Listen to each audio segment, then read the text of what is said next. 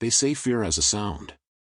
In Mexico, it is not the whisper of footsteps in a dark alley, or the crack of a pistol in the night. It is louder. Sharper. Fear in Mexico is the roar of armored convoys rolling into small towns. It is the echo of banners hung from bridges, announcing death sentences in black ink. It is the scream of families silenced not just by bullets, but by a message written for everyone to see. This is not a story about criminals hiding in shadows. This is the story of men who wanted the world to watch. A cartel that chose spectacle as its greatest weapon.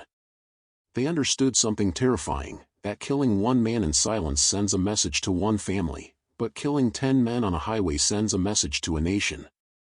In 2009, Mexico was already drowning in violence.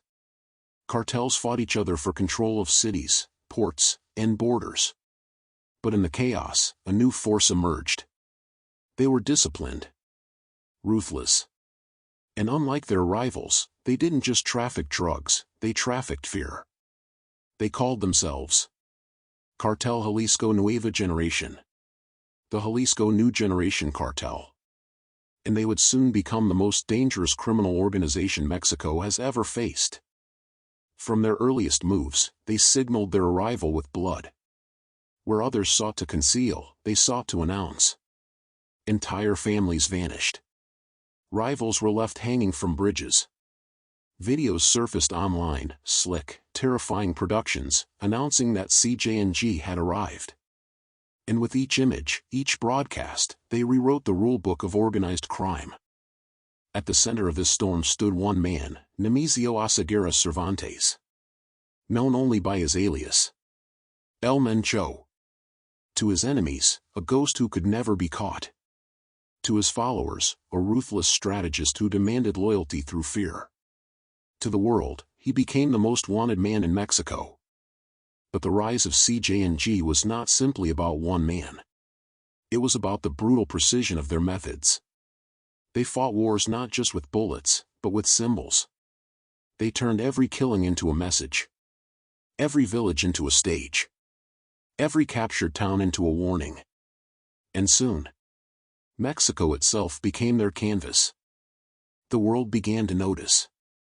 Governments, journalists, terrified communities, all forced to confront a chilling question: how could a group that barely existed just years earlier rise so fast, so violently, and so boldly?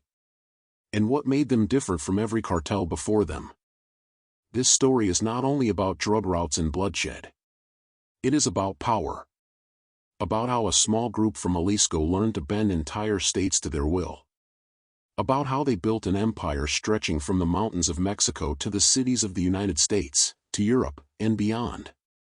But to understand their rise, we must return to the beginning. To a time when Mexico's drug war had splintered its cartels into fragments. A time when opportunity was carved out not with negotiations, but with massacres. A time when a man named El Mencho saw a chance to rewrite the story of organized crime. This is the untold story of how CJNG rose from the ashes of chaos, how they conquered rivals, governments, and even fear itself, and how their reign of terror changed Mexico forever. Welcome to the rise of CJNG, Mexico's most dangerous cartel. You are watching True Crime Cartel Originals. Before we dive into today's story, I've got one small favor to ask. If you love deep, real stories like this, tap the like button, hit subscribe, and drop a comment below telling us which city you're watching from. It helps more than you know, and it allows us to keep bringing you stories no one else dares to tell. Now, let's get into the story. By 2009, Mexico was a battlefield. The government had launched a full-scale war against the cartels just 3 years earlier. Soldiers patrolled highways, helicopters hovered over cities, and convoys of armed men roamed the countryside. But instead of ending the violence, the crackdown shattered old alliances and created something far worse: chaos. In the West, the Millennio cartel had once controlled Jalisco's drug routes. They moved cocaine, meth, and heroin with ruthless efficiency. But after a series of bloody battles, their empire began to crumble. Police crackdowns, rival attacks, and betrayals from within tore the organization apart. Out of its ashes, a new group was born, smaller, hungrier, and far more dangerous. The man who stepped into this chaos was no stranger to violence. Nemesio Oseguera Cervantes, later known as El Mencho, had spent years in the underworld. Born in the rugged countryside of Michoacán, he grew up in poverty. He worked the avocado fields as a boy, then crossed into the United States as a teenager. There, he was arrested for heroin trafficking and served time in prison. But prison didn't break him. It hardened him. After his deportation to Mexico, El Mencho rose quickly inside the Millennio cartel. He was disciplined, quiet, and deadly efficient. When the old bosses fell, he didn't wait. He seized the moment. He gathered loyal men, many of them ex-police or ex-military, and formed a breakaway group. They called themselves Los Zetas, the Zeta Killers. Their mission was brutal and simple: eliminate rivals and announce their power and blood. In 2011, they unveiled themselves to Mexico in the most chilling way possible. 35 bodies were dumped in broad daylight on a highway in Veracruz. With the corpses lay a message: "We are the Zetas, and we are here to clean the state of this plague." It was a declaration of war, and a promise that the rules had changed. The brutality shocked the nation. It wasn't just the scale of the killing, it was the message. This was theater. This was violence staged for maximum impact. Overnight, the Zetas transformed into something bigger: Cartel Jalisco Nueva Generación. The Jalisco New Generation Cartel. And from that day forward, they were no longer a small breakaway faction. They were a force destined to dominate Mexico's criminal landscape. CJNG moved quickly. They seized control of Guadalajara, Mexico's second-largest city, and its lucrative trafficking corridors. They recruited former soldiers, corrupt police officers, and desperate young men. They trained them not only in gunfights, but in psychological warfare. Every ambush, every massacre, every banner was carefully designed to send a message: resistance was futile. Unlike older cartels, CJNG embraced technology. They filmed their operations, uploaded messages, and used the internet as their stage. Where other cartels relied on secrecy, CJNG relied on spectacle. And people noticed. Ordinary Mexicans lived in terror. Rivals scrambled to defend their territories. And law enforcement, they were always one step behind. But there was something even more terrifying about CJNG's rise. Unlike many cartels, they weren't content with local turf wars. They had a vision. A plan. They would not only fight for survival, they would expand. From Jalisco, they spread into Michoacán, Colima, Guanajuato, Veracruz, and beyond. And with every city they entered, the body count rose. What began as a breakaway faction had become a rising empire. In less than 3 years, CJNG had gone from shadows to headlines, from foot soldiers to kingmakers. And behind it all, El Mencho was building something more ruthless, more organized, and more terrifying than Mexico had ever seen. By 2013, CJNG was no longer a regional gang. They were a machine. They had soldiers, commanders, and a chain of command that rivaled a military unit. But what truly set them apart was their appetite for spectacle. Every act of violence wasn't just a killing, it was a performance. Their enemies didn't just die. They died in ways meant to terrify anyone who dared stand against them. Nowhere was this more obvious than in their war with Los Zetas, one of Mexico's most feared cartels. The Zetas were notorious for extreme brutality, mass killings, public executions, even dissolving bodies in acid. To take them on was unthinkable. But CJNG not only fought them, they challenged them openly. And they made sure the entire country watched. In Veracruz, CJNG left bodies hanging from bridges, heads displayed in ice chests, and banners declaring, "We are the Zetas." This wasn't just bloodshed. It was psychological warfare. They were dismantling the Zetas' aura of fear and replacing it with their own. Across Mexico, the pattern repeated itself. In Guanajuato, they battled the Santa Rosa de Lima cartel. In Michoacán, they fought the Knights Templar. In Colima, they waged war over the port of Manzanillo, the gateway for precursor chemicals from China. Every new front brought more bodies, more fear, and more headlines. But perhaps the most chilling demonstration of CJNG's power came in 2015, when they took on not a rival cartel, but the Mexican state itself. In April 2015, Mexican federal forces launched an operation to capture El Mencho. They cornered him in the mountains of Jalisco. But when they moved in, CJNG fighters struck back with devastating precision. They ambushed military convoys, shot down helicopters with rocket-propelled grenades, and turned highways into war zones. For the first time in Mexico's history, a cartel had taken down a military helicopter. 8 soldiers died in the attack. The message was clear: CJNG wasn't just another cartel. They were a paramilitary force, capable of fighting the government head-on. And El Mencho had become public enemy number 1. But El Mencho was untouchable. He vanished into the mountains of Jalisco, moving constantly, protected by loyal fighters who would rather die than betray him.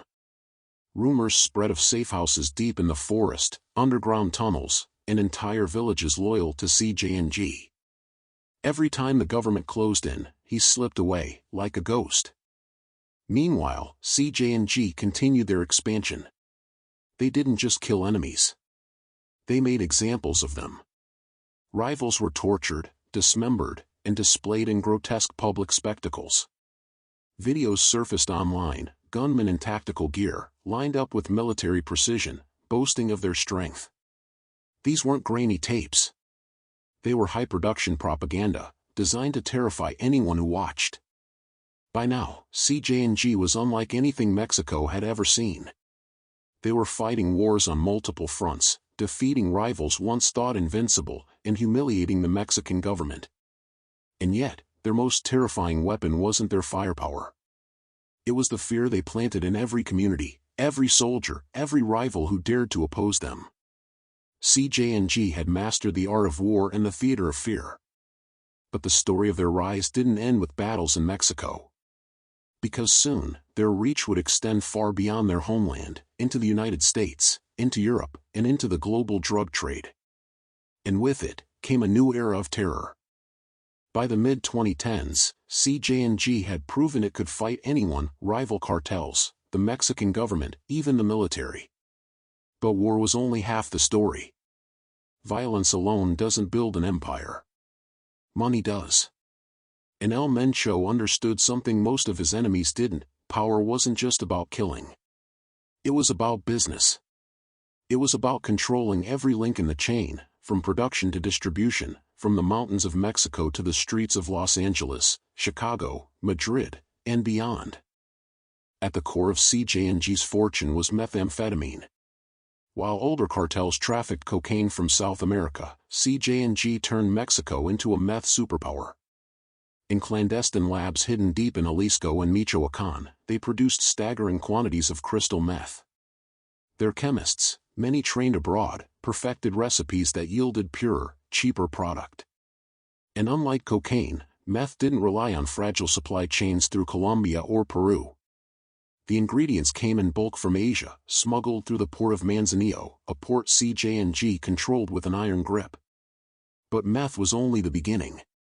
CJNG expanded into cocaine trafficking, forging alliances with Colombian suppliers. They built secret routes through Central America, transporting tons of powder northward. And then came the deadliest drug of all, fentanyl. Tiny shipments, small enough to hide in packages or passenger cars, worth millions once they crossed the U.S. border. Fentanyl was cheap to make, easy to smuggle, and devastatingly addictive. And CJNG became one of its biggest suppliers. Fentanyl changed everything. It wasn't just a drug. It was a weapon of profit. A kilo cost only a few $1,000s to produce, but once pressed into pills and sold in the U.S., it could generate tens of millions. And with overdose deaths rising, CJNG wasn't slowing down. They were accelerating. Their poison was flooding American streets, and nobody could stop it. But drugs were only part of the equation. CJNG understood diversification. They didn't just move narcotics. They infiltrated everyday life. In Michoacán, they seized control of the avocado trade, a billion-dollar industry. Farmers were forced to pay protection fees, or worse, hand over their harvests. In Guanajuato, they tapped into Pemex pipelines, stealing millions of gallons of fuel. Trucks carrying gasoline were hijacked in broad daylight. And in countless towns, shopkeepers and small businesses paid CJNG taxes, extortion disguised as survival. The money poured in. And with it, CJNG needed a way to hide it. They built a global money laundering machine. Real estate projects in Guadalajara. Luxury homes in Puerto Vallarta. Shell companies moving funds through U.S. banks. Businesses in California, Texas, and even Chicago quietly funneled cartel money. On the surface, they were restaurants, car dealerships, and construction firms. Beneath, they were pipelines for billions in blood money. They even exploited international finance. Through networks of shell corporations, they laundered money across continents. Some funds flowed into Asia. Some through Europe. Others right back into Mexico. The money was invisible, moving faster than law enforcement could trace. Every dollar that entered the system came out clean, ready to fund more weapons, more bribes, more expansion. CJNG was no longer just a cartel. They were a multinational enterprise, with assets in drugs, agriculture, oil, and real estate. Entire towns paid them tribute. Ports and highways were theirs to control. Even banks and corporations unknowingly helped wash their profits. This wasn't street crime anymore. This was economics. This was empire. U.S. authorities began to notice. In 2018, Washington declared CJNG one of the most powerful and dangerous criminal organizations in the world. Rewards were placed on Mencho's head. Sanctions targeted front companies. But still, the money flowed. CJNG was too embedded, too diversified, too vast to dismantle. And every attempt to choke their finances only proved how deep their roots had grown. What began as a breakaway gang had now transformed into a global enterprise. Drugs, avocados, oil, real estate, banks, every stream of money flowed back to CJNG. Mencho wasn't just a cartel boss anymore. He was the CEO of a criminal empire. And for the first time in Mexico's history, one cartel had built a financial network strong enough to rival Fortune 500 companies. This wasn't just a cartel. It was an empire in the making. And the more money they earned, the more dangerous they became. Because soon, CJNG's power would stretch far beyond Mexico's borders, reaching into the very heart of the United States and beyond. By the late 2010s, CJNG was no longer a Mexican cartel. They had become something far more dangerous, a global criminal empire. Drugs moved across oceans. Money flowed across borders. Politicians, bankers, and businessmen, many unknowingly, played a role in their rise. And at the center of it all, one man, Mencho, remained a ghost. No photographs. No public appearances. No voice recordings. Just whispers of a figure who built an empire without ever stepping into the spotlight. The United States became CJNG's most lucrative market. Meth, cocaine, and fentanyl flooded cities from Los Angeles to New York. Distribution networks stretched through Chicago, Atlanta, and Dallas. Street gangs became CJNG's retailers, moving product by the kilo, then by the gram, until it touched every neighborhood, every addict, every broken family. By the time Americans realized CJNG's reach, their poison was already everywhere. But CJNG didn't stop at America. They moved across the Atlantic. In Spain, they infiltrated ports in Valencia and Barcelona, smuggling cocaine from Colombia and meth from Mexico into Europe.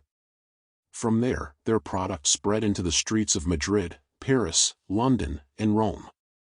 In Germany, investigators discovered links between CJNG and synthetic drug suppliers.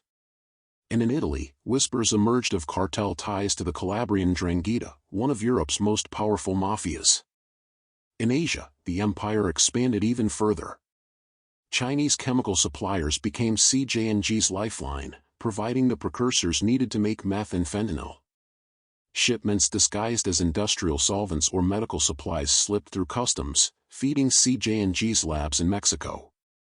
From Hong Kong to Shanghai, businessmen in suits shook hands with cartel brokers in quiet restaurants, deals sealed over tea and wire transfers. For every shipment that left, millions in blood money returned. And then there was Central and South America. CJNG forged alliances with Colombian suppliers, Venezuelan smugglers, and Guatemalan gangs. Entire regions became staging grounds for cocaine bound for Europe and the US.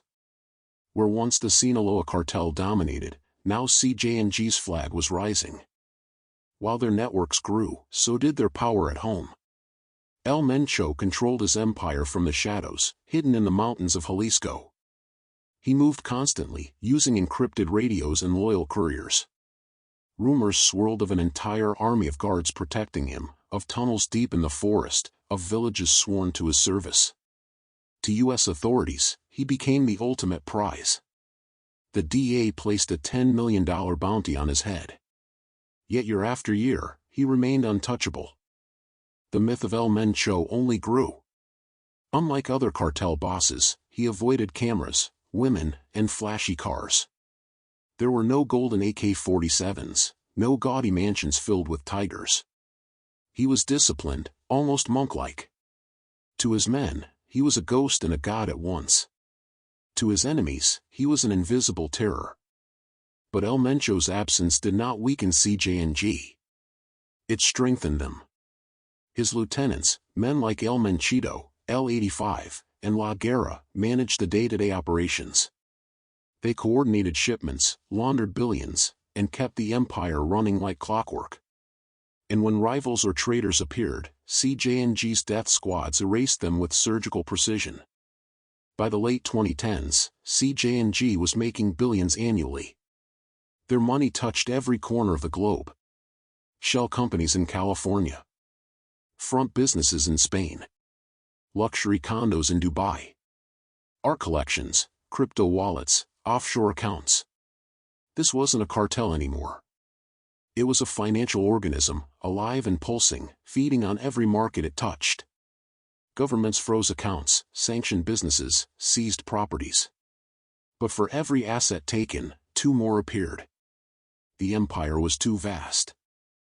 By now, CJNG was not only the most feared cartel in Mexico, they were one of the most powerful criminal syndicates on earth. Their drugs killed tens of thousands. Their money corrupted nations. Their violence reshaped entire regions. And still, the man at the center of it all, El Mencho, remained unseen. A ghost building an empire. But every empire faces a breaking point, and CJNG's would come not from the outside, but from within. Cartels rise and fall on bullets, betrayals, and blood. But for CJNG, the word blood carried two meanings. Yes, there was the blood spilled on the streets, but there was also the blood that bound them together. At the very core of CJNG's meteoric rise was not only ruthless strategy and unrelenting violence, but also a powerful network of family ties. And in Mexico, family can be both a shield and a curse. El Mencho, the man who rose from a humble avocado farmer to one of the world's most feared criminals, didn't build his empire alone. Standing beside him was an intricate web of brothers, sisters, children, in-laws, and trusted relatives who each played their part in fortifying the cartel. Chief among them were the Queenies, his in-laws, a clan so rich, so refined, and so discreet, that for years many Mexicans had never even heard their name. Yet the Queenies controlled fortunes so vast, even rival cartels whispered about them. The Queenies specialized not in warfare but in wealth. They were financiers, launderers, masterminds of discreet investment. While CJNG soldiers battled on the front lines with rifles and rocket launchers, the Queenies quietly moved billions through international banks, luxury real estate, and seemingly legitimate businesses. Their reach extended beyond Mexico, into the United States, into Europe, into places where luxury penthouses and corporate shells disguised the blood money of cartel profits. To outsiders, they were entrepreneurs. But behind the curtain, they were architects of CJNG's financial empire. El Mencho's wife, Rosalinda Gonzalez Valencia, herself a sister to the Queenies, became a central figure. Officially, she was simply a businesswoman. Unofficially, prosecutors allege, she was a money manager, ensuring cartel profits flowed seamlessly through shell companies, construction firms, and agricultural businesses. She was known as La Jefa, the boss. Even in a world dominated by men and violence, she was feared and respected. To CJNG, she wasn't just El Mencho's wife, she was his partner in empire building. Then there were El Mencho's children. Each one was pulled into the vortex of cartel life. His son, Ruben Oseguera Gonzalez, better known as El Menchito, was groomed as a successor.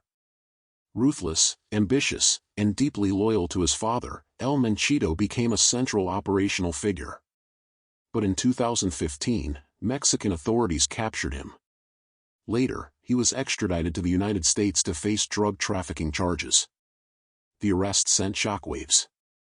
For CJNG, it was proof that no one, not even El Mencho's blood, was beyond the reach of the law. Yet his capture didn't break the cartel, it only forced them to adapt. El Mencho's daughters, too, carried influence.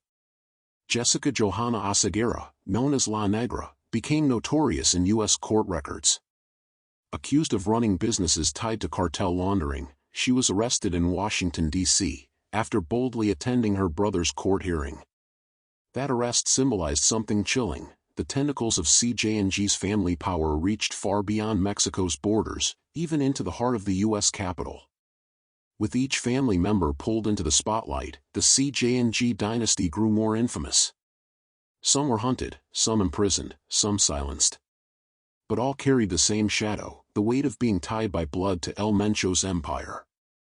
For law enforcement, these ties became pressure points. Arresting family wasn't just about justice, it was about leverage. Break the family, and maybe, just maybe, you could break the cartel. But family ties cut both ways. They made the cartel strong, a dynasty immune to betrayal from outsiders. Yet they also made it vulnerable. When the Queenies were targeted, when Rosalinda was arrested, when El Menchito and Jessica were extradited, CJNG wasn't just losing lieutenants, it was losing blood. Whispers spread that paranoia seeped into the inner circle. Could family be trusted when prison doors slammed shut? Could loyalty survive when indictments named your own flesh and blood? This was the paradox of CJNG. The same family bonds that made them powerful could also unravel them. And as the Mexican government and the DEA pushed harder, one truth became undeniable. For CJNG, the fight was no longer just on the streets. The battle had entered their very homes, their marriages, their bloodlines. And that made them more dangerous than ever. Because what happens when the very family you trust becomes the very chain that law enforcement pulls to drag you down? For CJNG, family wasn't just power, it was destiny. But destiny has a price. And the world was about to collect. By the mid-2010s, the Jalisco New Generation cartel had become too big, too violent, and too public to ignore. Their brutality was no longer just a Mexican problem, it was a global concern. Governments, armies, and intelligence agencies turned their gaze directly toward them. For CJNG, the walls of power that once shielded them now began to close in. In Mexico, the government had declared an all-out war. Soldiers patrolled highways. Helicopters circled villages. Special forces raided rural compounds where CJNG was believed to hide. But this was no ordinary fight. CJNG wasn't like the cartels of the past. They had military-grade weapons, armored vehicles, and a willingness to go head-to-head with the state. In 2015, a shocking event proved just how far they were willing to go. CJNG operatives brought down a Mexican army helicopter using a rocket-propelled grenade, killing soldiers and forcing the government to confront an enemy unlike any it had faced before. The attack marked a turning point. Suddenly, CJNG wasn't just a cartel, it was a paramilitary force. And Mexico's government realized that confronting them would require more than patrols and arrests. It would require a war strategy. Across the border, the United States took notice. The DEA, FBI, and Department of Justice began tightening the noose. High-profile indictments were unsealed in federal courts, naming Mencho and his top lieutenants as priority targets. The U.S. government announced multi-million-dollar rewards for information leading to Mencho's capture. His face appeared on wanted posters, not only in Mexico but in American cities like Houston, Los Angeles, and Chicago. CJNG was no longer a shadow in the drug world, they were branded as one of the most dangerous criminal organizations on the planet. But going after CJNG wasn't as simple as arresting their soldiers. They were embedded in communities, buying loyalty through jobs, food, and protection. In some towns, the cartel acted more like a government than the government itself. So when soldiers and federal police launched raids, they often found themselves not just fighting gunmen, but facing townsfolk who shielded them, sometimes willingly, sometimes out of fear. And yet, despite the resistance, law enforcement scored victories.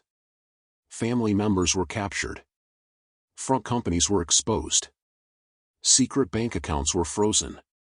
Each arrest was a small crack in the foundation of CJNG's empire. One of the most symbolic blows came in 2018, when Rosalinda Gonzalez Valencia, Mencho's wife, was arrested in Jalisco. Though she was later released, the message was clear: no one was untouchable. Not even Mencho's closest circle. In Washington, U.S. officials ramped up pressure, placing CJNG on the kingpin list and sanctioning dozens of associated businesses. These weren't just symbolic gestures, they were designed to choke the cartel financially, making it harder to launder billions in drug profits. Luxury real estate, restaurants, tequila brands, even agricultural exports, one by one, businesses tied to CJNG were named and blacklisted. But financial sanctions alone couldn't stop the bloodshed. On the ground, CJNG continued to expand, clashing with rival cartels and security forces. Entire communities were displaced, thousands of families forced to flee their homes. And in the middle of it all were the civilians, the farmers, the shopkeepers, the children, caught in a war they didn't choose. Their towns became battlegrounds. Their lives became statistics. Journalists who dared to cover CJNG's rise paid the ultimate price. Threats, kidnappings, executions, the cartel wanted silence, and silence was often achieved through fear. Mexico became one of the most dangerous countries in the world for reporters. For every headline about CJNG's crimes, there were countless stories that would never be told. Roared through Jalisco, Michoacán, and Guanajuato, determined to root out CJNG strongholds. Helicopters thundered overhead, dropping commandos into cartel-controlled regions. But for every raid, CJNG retaliated. Ambushes, roadside bombs, blockades of burning vehicles, each confrontation showed the world that the cartel would not retreat quietly. In the United States, prosecutors tightened their grip on CJNG's money trails. Courtrooms in Texas, California, and Washington became battlegrounds of a different kind, where lawyers and judges dissected the financial skeleton of the empire. One by one, associates were extradited, tried, and sentenced. Each conviction was a victory on paper, but on the ground, CJNG's war machine kept rolling. And so, as pressure mounted from both sides of the border, CJNG found itself squeezed tighter than ever before. Their family members imprisoned. Their businesses sanctioned. Their communities under siege. But Mencho remained a ghost, hidden, elusive, untouchable. While governments poured billions into capturing him, he simply vanished deeper into the mountains, surrounded by loyalists and protected by the very fear he had cultivated. For the Mexican state, CJNG had become more than a criminal enemy. They were a rival to sovereignty itself, a cartel so entrenched, so violent, and so powerful that defeating them would take more than soldiers, more than sanctions, more than courtrooms. And yet, the harder governments pressed, the more violent CJNG became. Which led to a haunting question: were authorities containing the cartel, or feeding its fury? Because for CJNG, pressure didn't mean retreat. Pressure meant escalation. and the world was about to see just how far they were willing to go. Every empire reaches a moment of truth, a point where its power surges to its greatest height, and at the same time, its foundations begin to crack. For the Jalisco New Generation cartel, that moment had arrived. By now, they controlled swaths of Mexico. They commanded soldiers with rocket launchers, armored convoys, and military discipline. Their drug empire stretched across oceans, their money flowed through the veins of international banking, their name inspired both fear and respect. But even giants can stumble. And for CJNG, the tipping point had come. Inside Mexico, their enemies were circling. Rival cartels that had once bowed under CJNG's wrath began to regroup, forming uneasy alliances to stop the spread of El Mencho's power. The Sinaloa cartel, though weakened by El Chapo's downfall, remained formidable. In Michoacán and Guanajuato, armed self-defense groups rose from the ashes, tired of CJNG's violence, determined to reclaim their towns. What once seemed like unstoppable dominance now looked like a battlefield of attrition. And within CJNG itself, whispers spread like wildfire. El Mencho, the ghostly leader who had never been captured, who had evaded armies and governments alike, was rumored to be sick. Reports spoke of kidney disease, of long hospital stays deep in the mountains, guarded by soldiers more loyal to him than to their own lives. If true, it meant the empire was vulnerable. Because what is a cartel without its king? Without El Mencho's iron grip, factions began to form. Some of his lieutenants dreamed of replacing him.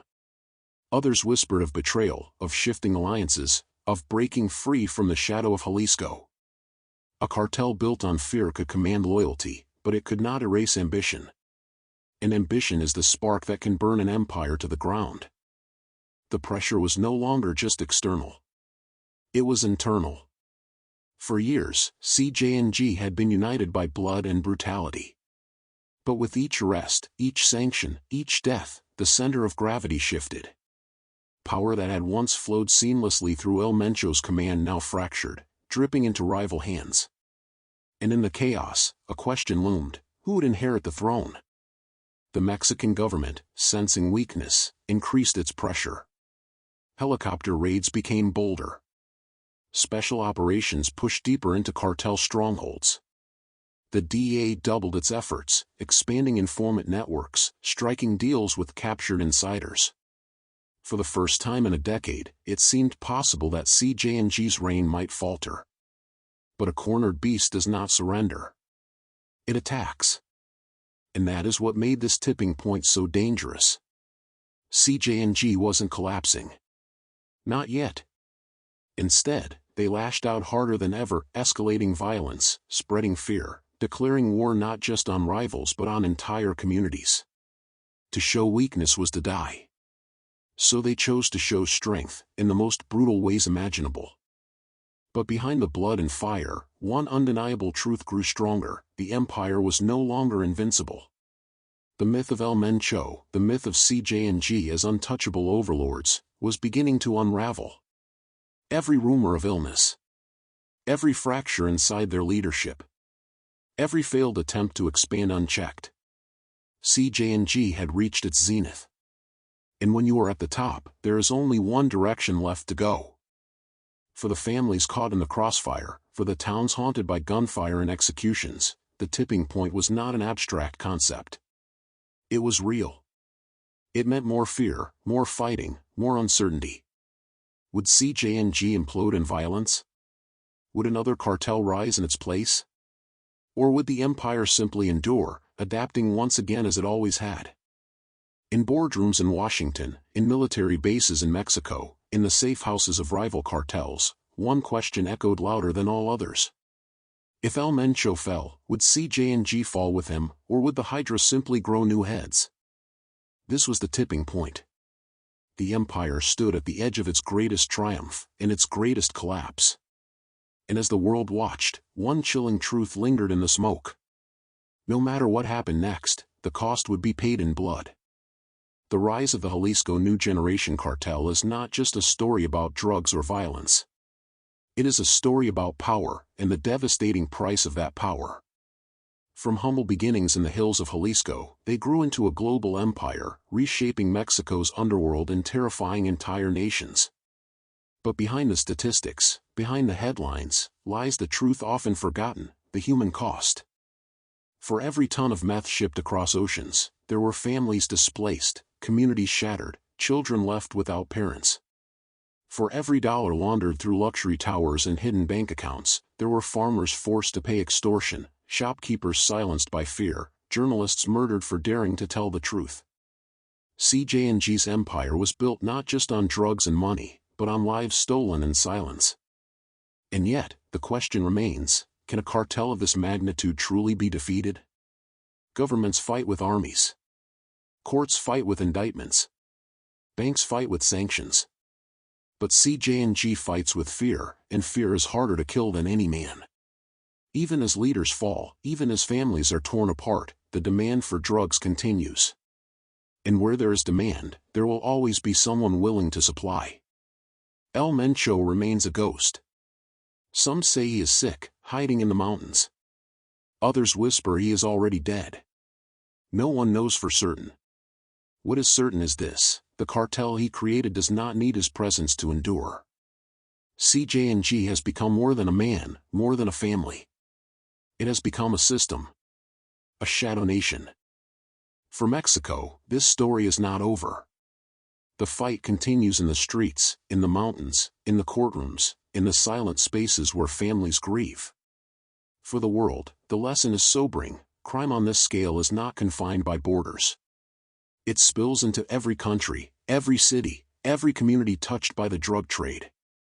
This is not just Mexico's battle. It is everyone's. And so, we are left with haunting questions. Will CJNG fracture under its own weight, as so many cartels before it have? Will rivals tear it apart piece by piece? Or will it adapt, survive, and rise again, feeding on corruption, violence, and demand that never ends? Because history shows us this: cartels do not die. They evolve. But perhaps the greatest tragedy is not what CJNG has done, but what it has revealed: the cracks in society, the poverty that breeds desperation, the corruption that lets power fester unchecked. CJNG is not just a cartel. It is a mirror, reflecting the failures of governments, the hunger of markets, the silence of those who look away. And so we arrive at the end of this story, but not the end of CJNG. Their empire still casts a shadow. Their name still inspires fear. Their future, uncertain, but dangerous. For Mexico, for the world, for all of us, one question remains. If this cartel could rise so far, who, or what, will stop the next one? This is the story of the Jalisco New Generation cartel. A story of blood, money, power, and fear. A story still being written in the streets of Mexico and beyond. And as long as the world keeps turning, their shadow will remain. This is the rise of CJNG, Mexico's most dangerous cartel. If this story opened your eyes to the rise of CJNG and the shadow they cast across Mexico and the world, then don't let it end here. Support stories like this, subscribe to this channel, share this video, and join us as we continue to uncover the untold truths of the cartels, the corruption, and the power struggles shaping our world. Your voice, your awareness, your attention, it matters. Together, we shine a light into the darkness they want hidden. This was the rise of CJNG, Mexico's most dangerous cartel. And there are many more stories still to tell.